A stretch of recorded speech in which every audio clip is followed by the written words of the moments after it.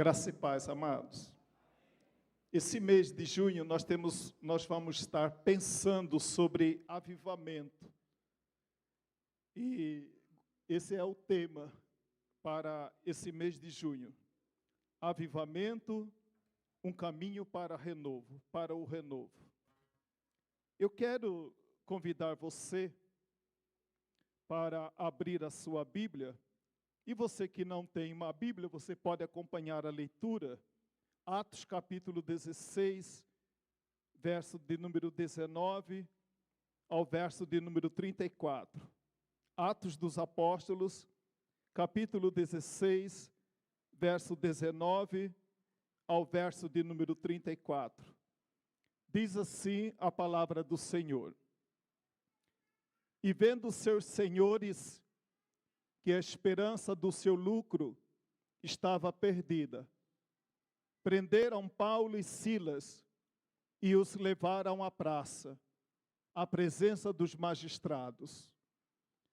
E apresentando-os aos magistrados, disseram: estes homens, sendo judeus, perturbaram a nossa cidade e nos expõem costumes que nos não é lícito receber e nem praticar, visto que somos romanos. E a multidão se levantou unida contra eles, e os magistrados, rasgando-lhe as vestes, mandaram açoitá-los com varas. E havendo-lhes dado muitos açoites, os lançaram na prisão, mandando ao carcereiro que os guardasse com segurança, o qual, tendo recebido tal ordem, os lançou no cárcere interior e lhes segurou os pés no tronco. Perto da meia-noite, Paulo e Silas oravam e cantavam hinos a Deus, e os outros presos os escutavam. E de repente sobreveio um tão grande terremoto, que os alicerces do cárcere se moveram, e logo se abriram todas as portas, e foram soltas as prisões de todos. Acordando o carcereiro, e vendo abertas as portas da prisão, tirou a espada e quis matar-se, cuidando que os presos já tinham fugido. Mas Paulo clamou com grande voz, dizendo: não te faças nenhum mal, que todos aqui estamos. Pedindo luz, saltou dentro, e todo trêmulo se prostrou ante Paulo e Silas. E tirando-os para fora, disse: senhores, que é necessário que eu faça para me salvar? E eles disseram: crê no Senhor Jesus Cristo, e serás salvo, tu e a tua casa. E lhes pregaram a palavra do Senhor e a todos que estavam em sua casa.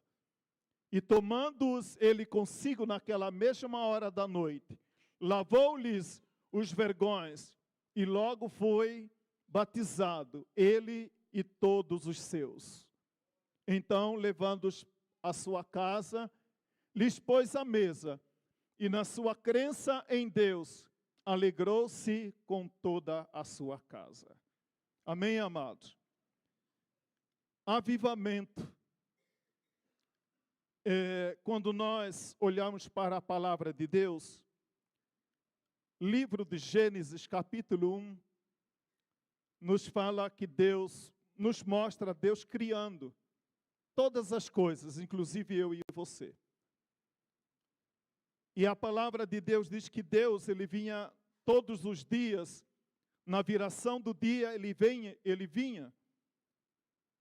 E aquele casal, Adão e Eva, tinham comunhão perfeita, total, com Deus.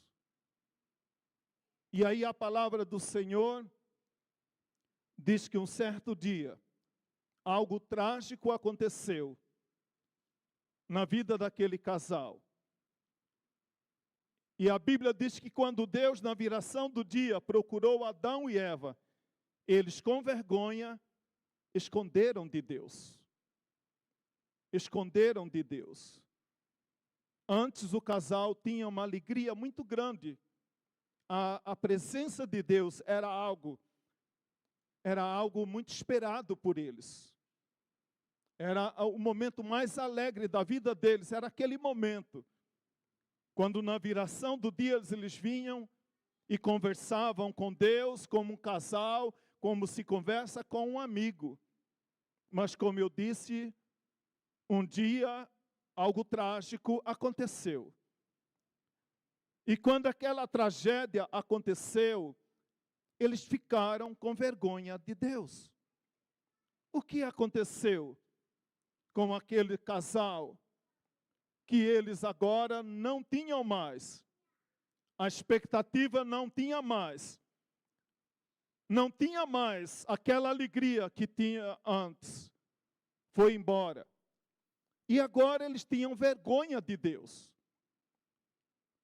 A palavra de Deus diz que todos pecaram e destituídos estamos da glória de Deus. O pecado nos faz distanciar de Deus e até ter vergonha de Deus.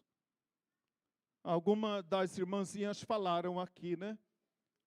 Que aquele espírito de acusação. Por que acontece isso? Então, quando nós pensamos em avivamento, nos dá a ideia de algo que estava vivo, mas de repente começou a morrer. Começou a morrer. A alegria de Adão e Eva começou a morrer a partir do momento que o pecado entrou no coração daquele casal. E assim também um dia o pecado entrou no meu e no seu coração. E a gente foi perdendo a alegria. Alegria que só o Senhor pode dar. Algumas pessoas estavam aqui, algumas das irmãs relataram aqui, que elas procuravam algo para preencher o seu vazio. E elas puderam compreender que só a presença de Deus pode dar o que nenhum marido pode dar para uma mulher. O que uma mulher não pode dar para o marido. O que um pai não pode dar para um filho. O que um filho não pode dar por um pai. O que uma namorada não pode dar para um namorado. Porque esse lugar que temos no nosso coração, só Deus pode ocupar. E muitas vezes, amados, nós não entendemos isso e o marido começa a cobrar da mulher, a mulher cobrando do marido, quando na verdade só Deus pode preencher. E aquele lugar de Deus ninguém vai preencher. Bebida não vai preencher. Os prazeres que esse mundo pode nos oferecer não vai preencher. Conhecer, adquirir conhecimento, ciência, não vai preencher. Dinheiro não vai preencher. Adão e Eva, eles tinham prazer na presença de Deus. Mas aquele prazer esvaiu, foi embora do coração daquele casal. E agora o motivo de alegria não é mais alegria, agora é vergonha. Vergonha de algo que eles fizeram, que eles praticaram. Então, avivamento é isso, poderíamos traduzir. É de alguém, de alguma pessoa que estava viva e agora não tem mais a vida de antes. E quando nós nos encontramos com Cristo, então acontece esse renovo na nossa alma, no nosso coração, na nossa vida. Quando nós entendemos que só Jesus, só a presença de Deus pode dar. Quando nós olhamos na história que nós lemos agora de um homem, veja bem o inverso. Quem deveria estar triste e preocupado, desejando a morte? Paulo e Silas. Mas eles estavam alegres no Senhor. E aquele que tinha razão para estar alegre, estava triste e tentou tirar a sua própria vida. Aquele que cuidava, agora é invadido por um desespero.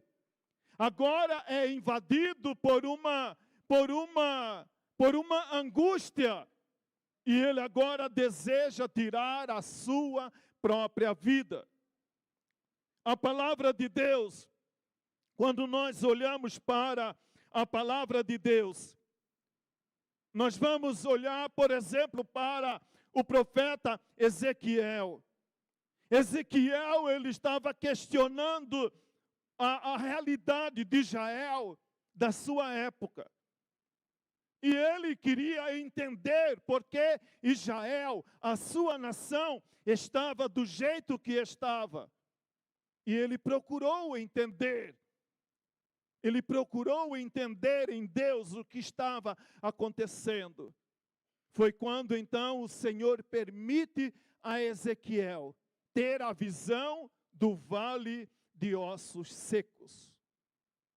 E ele podia entender que aquela tristeza, aquela angústia, aquela desorientação total que se abateu sobre a nação de Israel, o Senhor compara aquela nação como um vale de ossos secos.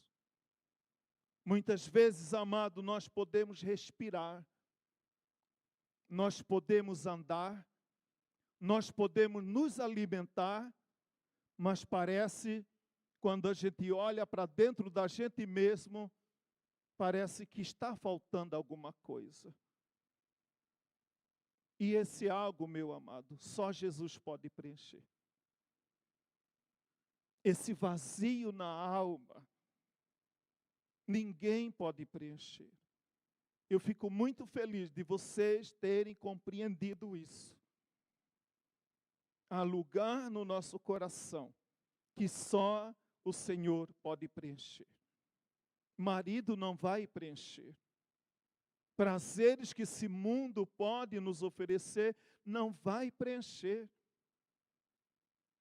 Avivar, ter um renovo na vida, como diz Paulo, parafraseando o que Paulo escreve em 1 Coríntios, capítulo 12, verso 31, nós poderíamos dizer também que quando nós compreendemos que precisamos desse avivamento na nossa alma e no nosso coração, porque esse caminho do avivamento é um caminho mais do que excelente. É um caminho mais do que excelente. Quando nós olhamos também para outro profeta, o profeta Abacuque. O profeta Abacuque, ele também queria compreender a realidade de Israel na sua época. E esse homem, então, ele olhando para o quadro social, né, olhando para tudo aquilo que perturbava o coração de Israel, e ele então, a palavra do Senhor diz que ele apresenta ao Senhor uma queixa. Ele começa a queixar-se diante do Senhor. Isso aqui que eu quero dizer também para mim e para vocês e para todos nós que aqui estamos. Muitas vezes, amado, o melhor lugar para você apresentar a sua queixa é diante do Senhor. E aí você apresenta sua queixa para alguém, para uma pessoa, esperando que essa pessoa, ela vai entender o que está acontecendo com a sua alma, o que está acontecendo com a sua vida, o que está acontecendo com a sua família. E esse homem, ele apresenta uma queixa ao Senhor. E depois esse homem, chamado Abacuque, ele apresenta pela segunda vez, novamente, a sua queixa ao Senhor.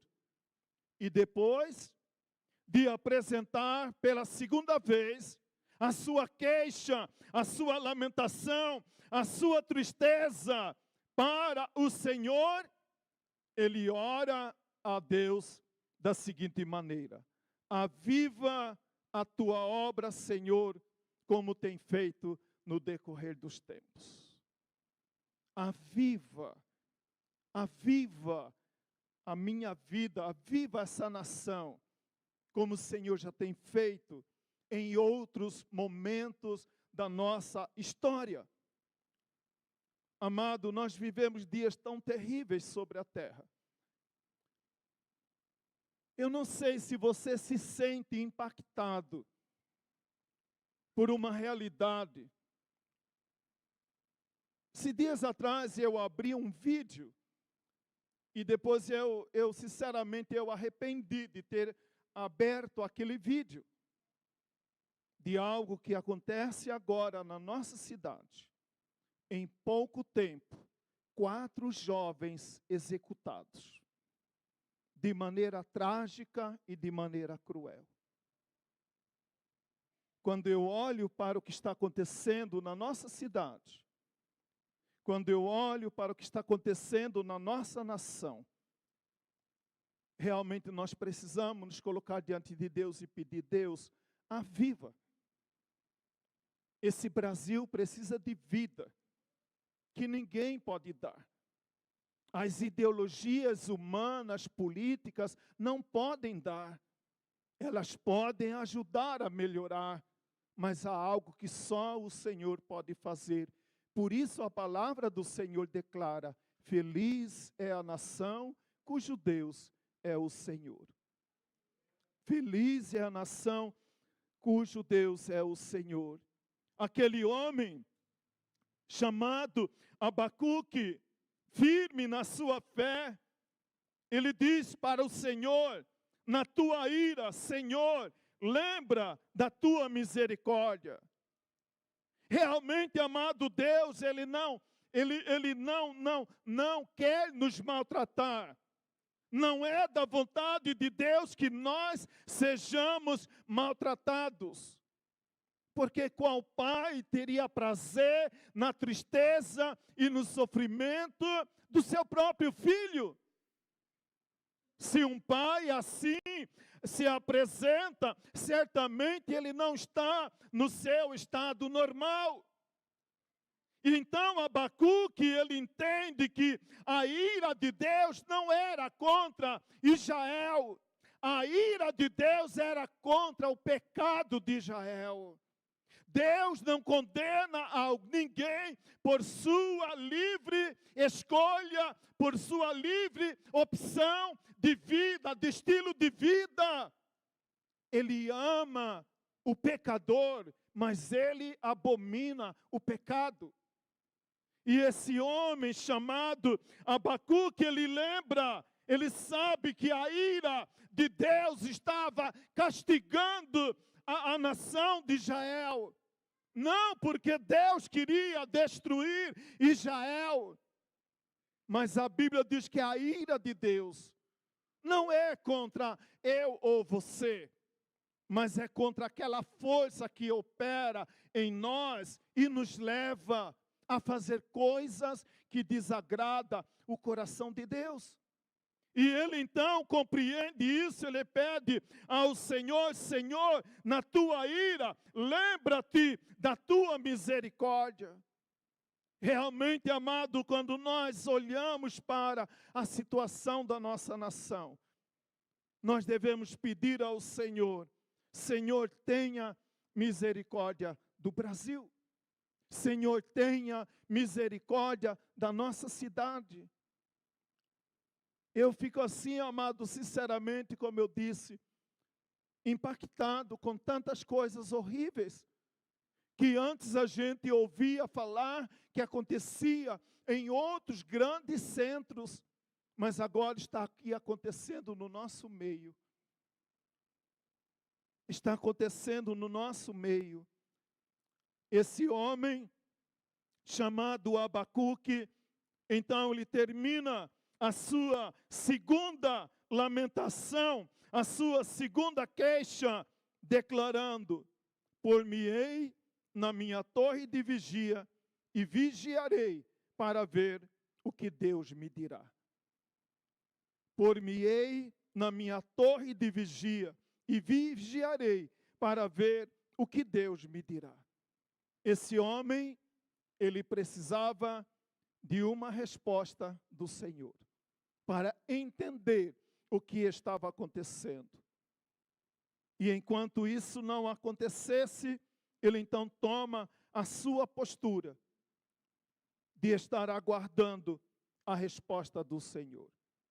Talvez você que está aqui nessa noite, as irmãs que estão aqui para batizar hoje à noite, tem muitas coisas que você ainda tem que permanecer firme. Porque algumas perguntas eu sei que vocês ainda têm.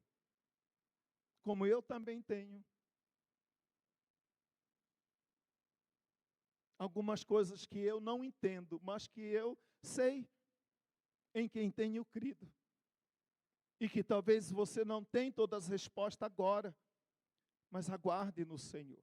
Permaneçam firmes na palavra do Senhor. E o dia do Senhor, que você ainda espera uma resposta da parte do Senhor, porque isso ainda não aconteceu. Lembre sempre, lembremos sempre, Deus é perfeito em todas as suas obras. Nele reside a perfeição. Eu sou imperfeito e talvez não possa responder. O pastor Alessandro talvez não tenha também como responder. Mas que você permaneça firme, como disse o profeta Abacuque. Por-me-ei na minha torre de vigia e vigiarei para ver o que Deus me dirá. Quando uma das nossas irmãs testemunhou ali na sua profissão de fé, dizendo que pela primeira vez ela se despertou para fazer uma campanha de oração de 21 dias, foi ali que Deus respondeu. É na presença do Senhor que nós vamos receber aquilo que nós ainda estamos perguntando, aquilo que nós ainda estamos almejando, é firme na presença do Senhor. Quando eu olho também para o final do livro de Abacuque, capítulo 3, verso 17 ao verso de número 18. E quando eu olho para Filipenses, capítulo 4, verso 10 ao verso 13, eu vou entender que o profeta Abacuque, no Velho Testamento, Paulo, muito tempo depois, tem a mesma experiência e toma a mesma decisão diante de Deus. Abacuque, depois de ver todo aquele quadro, ainda de não ter todas as respostas, de ainda ter os seus porquês na sua mente e no seu coração, ele termina declarando: ainda que a terra, ainda que a videira não produza fruto, ainda que não haja ovelha no curral, ainda que não haja isso, ainda que não haja aquilo, né? Todavia eu me alegrarei. Eu me alegrarei, porque é o Senhor que me faz andar de maneira altaneiramente. E quando Abacuque declara que o Senhor é aquele que nos faz andar de maneira altaneiramente, ele está dizendo, é o Senhor que me faz andar de maneira vitoriosamente. E o Paulo, o nosso irmão Paulo, depois de tanta experiência com Deus, lá em Filipenses capítulo 4, verso 10 ao verso 13, ele diz: eu aprendi a ter abundância e estar na pobreza. Eu aprendi a estar bem alimentado e a passar fome. Posso todas as coisas naquele que me dá força. Ainda que a figueira não floresça, todavia eu me alegrarei, eu permanecerei firme, porque a boa obra que Deus começou, Ele vai terminar em nome de Jesus. E agora, eu olho para a história aqui desse homem, a experiência de Paulo, olhando para Atos capítulo 16, 19 ao 34, que nós lemos agora na abertura, nós vemos a característica de uma vida avivada. E eu posso dizer, olhando para o verso de número 23 ao verso de número 25, que uma vida avivada enfrenta os desafios com determinação. Uma pessoa que nasceu, uma pessoa que nasceu novamente, uma pessoa cuja fé está viva em Cristo Jesus, ele enfrenta os desafios com determinação. Verso 23 ao verso de número 25. A Bíblia diz que esses homens, depois de serem açoitados, lançados no cárcere, eles receberam ainda uma ordem acrescida dessa primeira ordem, para que guardasse Paulo e Silas com segurança. E Paulo e Silas, então, é colocado no cárcere. E não somente é colocado no cárcere, mas é colocado no pior lugar do cárcere. E mesmo assim, amado, esses homens cantavam e louvavam ao Senhor, cuja vida avivada enfrenta os desafios com determinação. Porque ele sabe em quem ele tem crido. Que ele é refúgio, que ele é fortaleza, que ele é socorro bem presente na hora da tribulação. Ele não se deixa dobrar as queixas. Ele não se deixa dobrar diante dos problemas. Ele não se deixa dobrar diante das adversidades. Esses homens estavam lá, guardados pelo guarda, padecendo de maneira injusta por causa do nome de Jesus, colocado no pior lugar do cárcere. E a Bíblia diz também que os seus pés foram presos ao tronco. Mas, por volta da meia-noite, Paulo e Silas oravam e cantavam louvores a Deus. E os demais presos os escutavam. Quando eu olho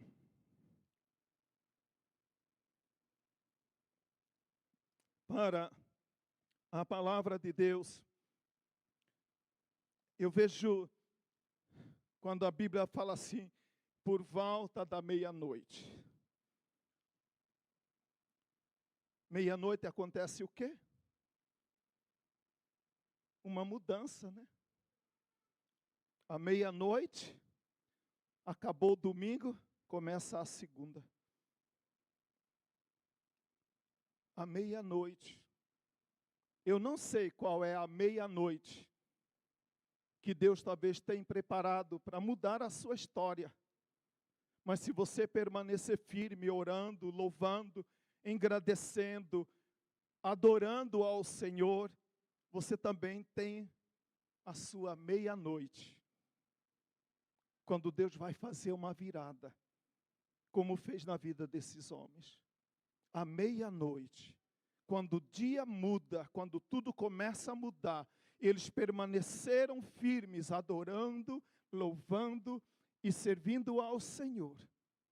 Não deram lugar, eles tinham todos os motivos para estarem tristes, desanimados, decepcionados com Deus. Mas eles sabiam quem eles estavam servindo. Em muitos momentos da nossa vida é necessário que você saiba quem é Jesus. E o que Ele fez por cada um de nós. E esses homens, por saberem quem era o Senhor, eles permaneceram firmes. Outra lição que eu posso extrair aqui, como resultado de uma vida avivada, ela tem compromisso com a palavra de Deus. Verso de 29 ao verso de número 32, a Bíblia diz assim: então o carcereiro, tendo pedido uma luz, entrou precipitadamente e trêmulo prostrou-se diante de Paulo e Silas. Depois, trazendo-os para fora, disse: senhores, que devo fazer para que seja salvo? Responderam-lhe: crê no Senhor Jesus. Crê no Senhor Jesus e serás salvo, tu e a tua casa. E lhes pregaram a palavra de Deus, e a todos da sua casa. Segundo sinal de uma vida avivada, ela tem compromisso com a palavra. O mundo pode dizer muitas coisas ao teu respeito. As pessoas podem dizer muitas coisas ao teu respeito.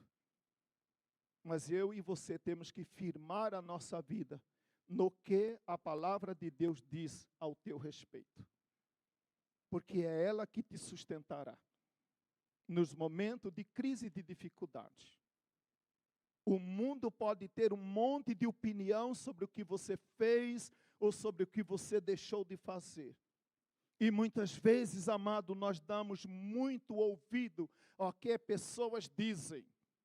O que as pessoas estão falando ao meu ou ao seu respeito. O que importa para mim não é o que as pessoas dizem ao meu respeito, mas o que Deus diz na sua palavra a respeito de mim e de você.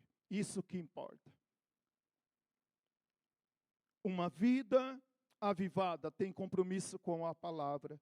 E é interessante que a palavra de Deus diz que enquanto Paulo pregou a palavra ali para aquele carcereiro, o que ele pediu?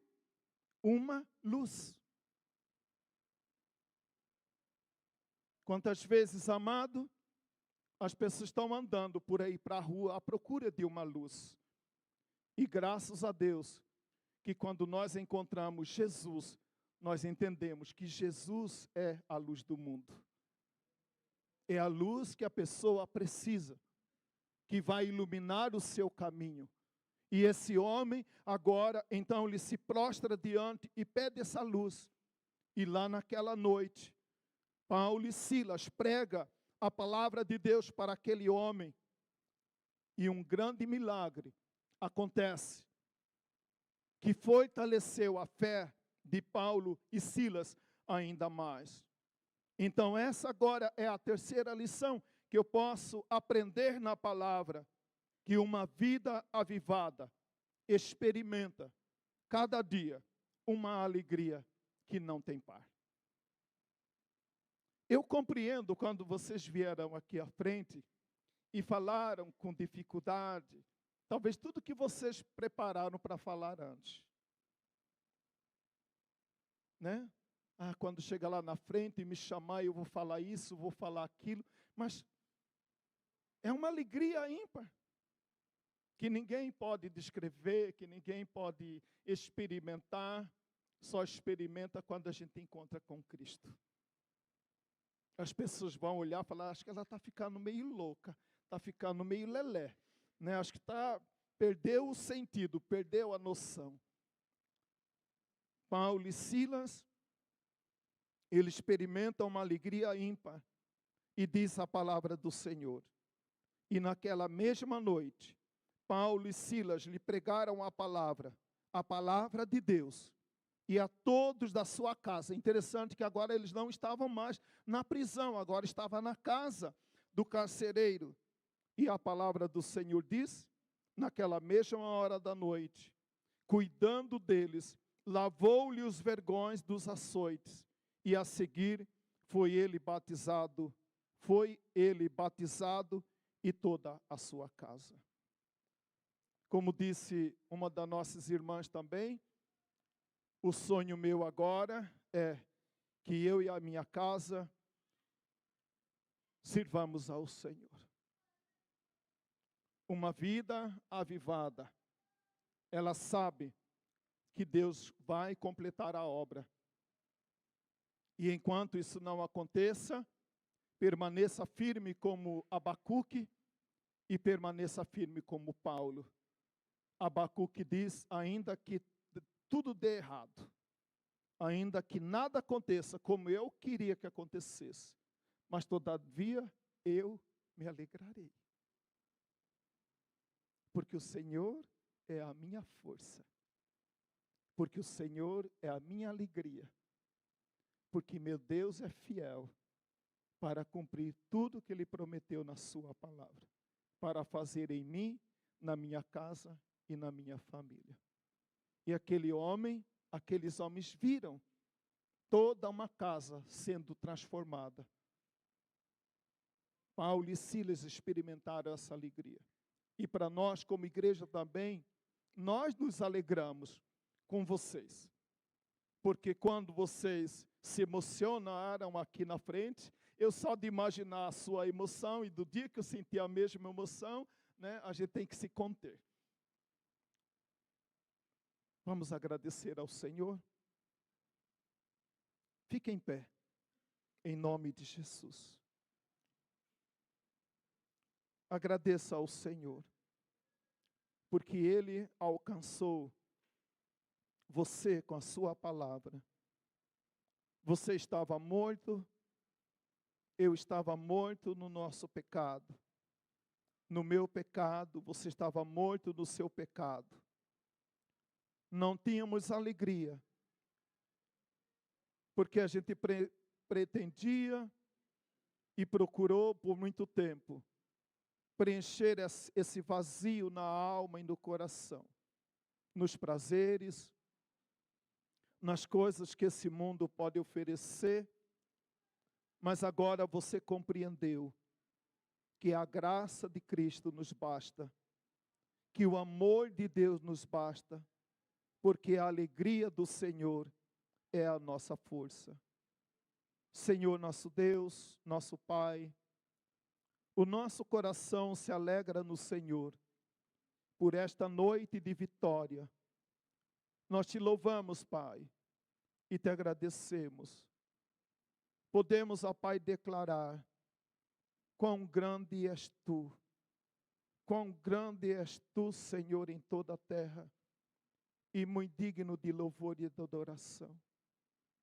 Ó Deus, que o Senhor venha afirmar, ó Pai, em Cristo, estas vidas que vão descer às águas agora, ó Pai, para que elas possam, meu Deus, ainda com as suas perguntas que não foram respondidas, elas possam declarar como declarou Abacuque: por-me-ei na minha torre de vigia e aguardarei a resposta do Senhor.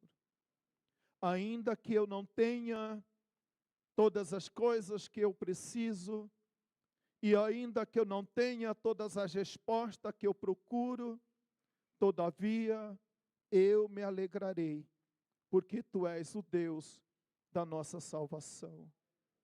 Nós te louvamos, Pai, e te agradecemos, porque ainda que possamos experimentar dores, lágrimas e sofrimento, mas sabemos, ó Pai, que só uma vida que está avivada na tua presença pode experimentar a alegria que o vício não pode dar, que nada pode preencher.